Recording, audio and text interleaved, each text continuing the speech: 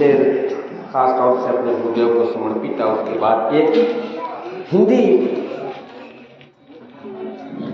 अधूरी कविता में सुनाऊंगा, बिल्कुल स्वतंत्र। दो शेर आपको समर्पित है कि जीना मुहाल लगता है तीरा फजाओं में, जीना मुहाल लगता है तीरा फजाओं में, ये किसने जहर घोल दिया है हवाओं में। जीना मुहाल लगता है तीरा फजाओं में, ये किसने जहर घोल दिया है हवाओं में।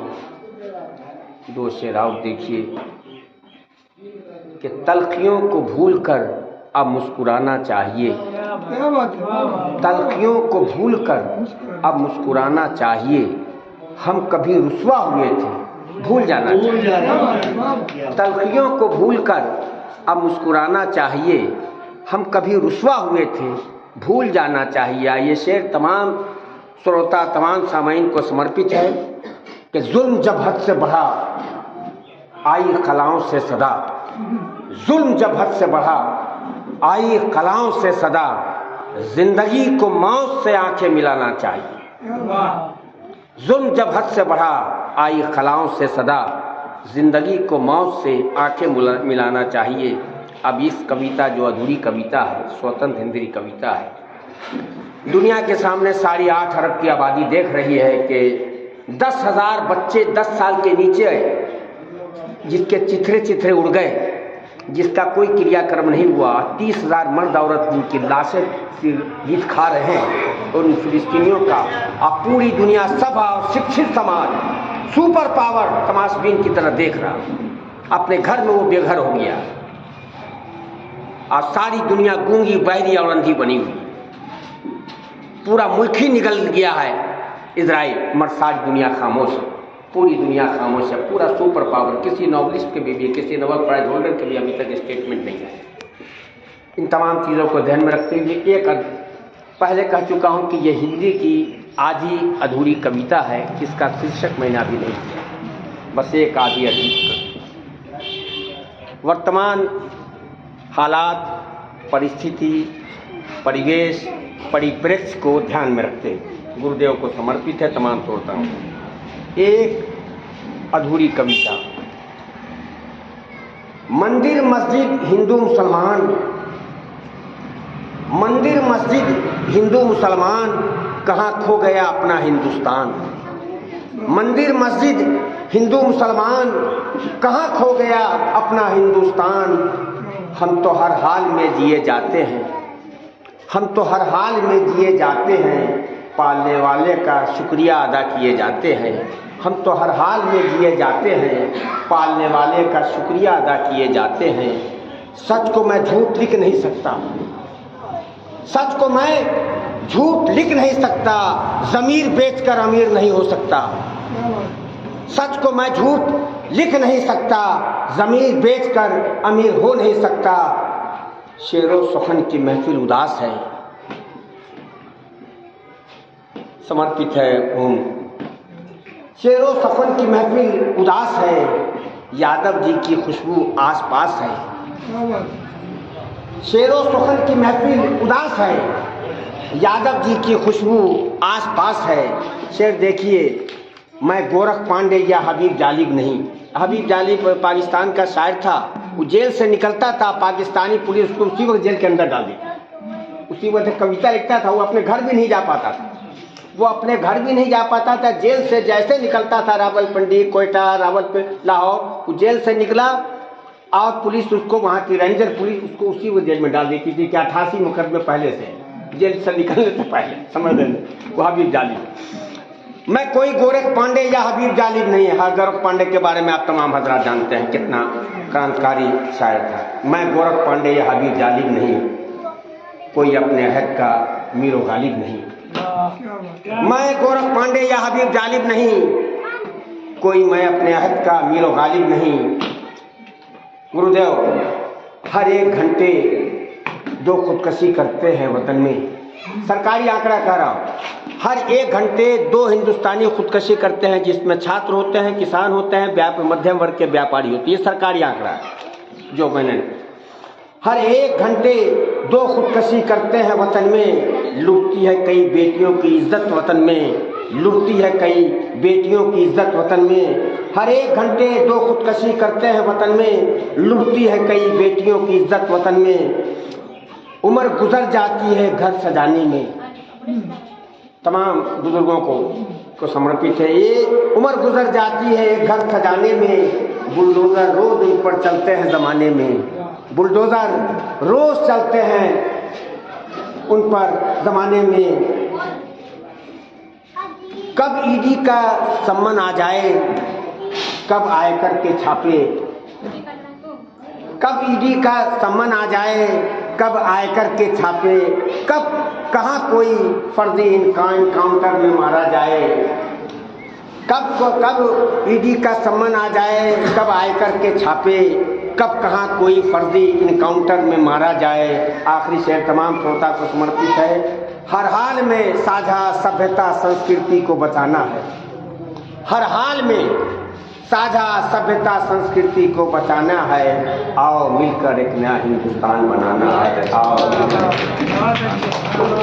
तो क्रांति की मसाल यादव चंद्र ऐसे ही नहीं बने ना, बच्चे लोग इसलिए बने कि उन्होंने मार्क्सवाद का पहला पाठ यह पढ़ा कि सच्चा मार्क्सवादी होने के लिए डी क्लास होना होता है, और डी क्लास होने के लिए कुर्बानियाँ देनी होती हैं। पारिवारिक अभिलाषाएं, मध्यवर्गीय दुर्बलताएं और सामने जो चाकचिक्य है उस चाकचिक्य से भी मुक्त होने की तड़प होनी चाहिए। मैं पूरे देश में घूमता रहा और बड़े बड़े कम्युनिस्टों से मेरी मित्रता रही, महादेव साहा जी से लेके सब लोग, कॉमरेड इसराइल, अरुण माहेश्वरी, सारे लोगों से रही। और जिन लोगों ने मुझे भीतर से रोशनी दी और मेरी कमजोरियों को उभार कर रखा और कहा कि रास्ता ये नहीं है, रास्ता ये है। मैं कोई भी व्यक्ति मनुष्य होने के कारण उसमें दुर्बलताएं हो सकती हैं, स्वाभाविक है। और लेनिन ने कहा कि नए सिद्धांतों का निर्माण संघर्षों के माध्यम से होता है। तो हम तो कम्युनिस्ट के रूप में कुछ वर्षों को अपवाद छोड़ दें तो हम तो सिद्धांत विमुख हो गए हैं। हमने ऐसे कम्युनिस्टों को भी देखा है जो मंच पर तो प्रेमचंद राहुल साहब की दुहाई देते हैं, लेकिन निजी जीवन में कितने छोटे और क्षुद्र हैं, कितने संकीर्ण हैं कि कभी कभी उनमें मेरे कुछ शिष्य भी हैं जिनको याद करता हूँ तो हमारी आत्मा घल उठती है कि कैसे लोगों को पढ़ाया मैंने। इस शहर में कवि है, मैं सच बोलने में विश्वास करता हूँ, रानी जी रूठेंगी अपना सुहाग लेंगे, मेरा क्या बिगाड़े। तो राम सेतु की बात करते हैं भाई, हम जिस युग में जी रहे हैं वो विज्ञान का युग है और मनुष्य की सभ्यता यात्रा जो है इतनी लंबी है, उस सभ्यता यात्रा में हमने बहुत कुछ सीखा है। और सीखा है ये कि पहली शर्त तो ये है कि हमको रेशनल होना है, विवेकशील होना है। हमने विवेकशीलता ही को त्याग दिया, बड़े बड़े ग्रंथ लिखे, क्लासों में पढ़ाते हैं अपने लड़कों को बड़ी बड़ी बातें और बाहर निकलते हैं तो फिर वही जात पात, वही धर्म, वही क्षुद्रताएं, छोटी छोटी बातें। और यादव चंद पांडे होने के लिए जो संवेदनशीलता चाहिए, जो चेतना चाहिए, जो लोगों के साथ जुड़ने की जो भावना चाहिए, तो हम में से कितनों में है। हम तो अच्छा खाना, अच्छी सुविधाएं, सुख सुविधाओं के लिए मुझे कभी कभी तकलीफ होती है कि मैंने अपने उन छात्रों को भी देखा है जो पद पाने के लिए मेरे पास कहते थे कि सर भाई चांसलर से कह दीजिए तो ये हमको ये बनाते। मित्रों, साथियों, यादव चंद पांडे को याद करते हुए उनके भीतर जो प्रेम की, सबसे प्रेम करना, सच्चा कम्युनिस्ट तो सबसे प्यार करता है और वो किसी तरह का भेदभाव नहीं जानता है। सच्चा कम्युनिस्ट होने का अर्थ है सच्चा मनुष्य होना।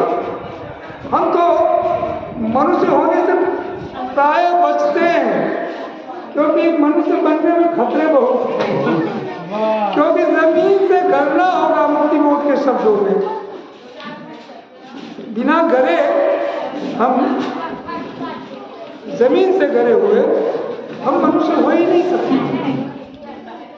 तो यादव जी, हम लोग इतने कम लोग ही हैं, लेकिन कम लोग भी चिंगारियां जला सकते हैं। जलने का है नाम जिंदगी, अमर आपकी रागनी, सूर्य जले तो मिले उजाला, चांद जले तो चांदनी। ये गोपाल सिंह नेपाली की जो पंक्ति है, हमारे यहाँ तो उपनिषद में भी कहा गया है ना कि अग्नि की उपासना करो। अग्नि तो ऊर्जा है ना, ऊर्जा का अक्षय स्रोत है। तो ऊर्जा का जो अक्षय स्रोत है, तो हम में हमारी आग क्यों बुझ जाती है? हमारी आग क्यों बुझ गई? हमारे भीतर तो आग होनी चाहिए। तो अभी एक बात बहुत अच्छी कही वो स्टीफन हॉकिंग ने, उसके साथ मैं अपनी बात समाप्त करूँगा। उसने बहुत बड़ी बात कही। हम विज्ञान के युग में जा रहे हैं। हमारे देश में बुद्ध हुए, कबीर हुए, अमीर खुसरो हुए, जिन्होंने हमको हिंदी दी। खड़ी बोली जिस हिंदी में बोल रहा हूँ उसके जनक है अमीर खुसरो।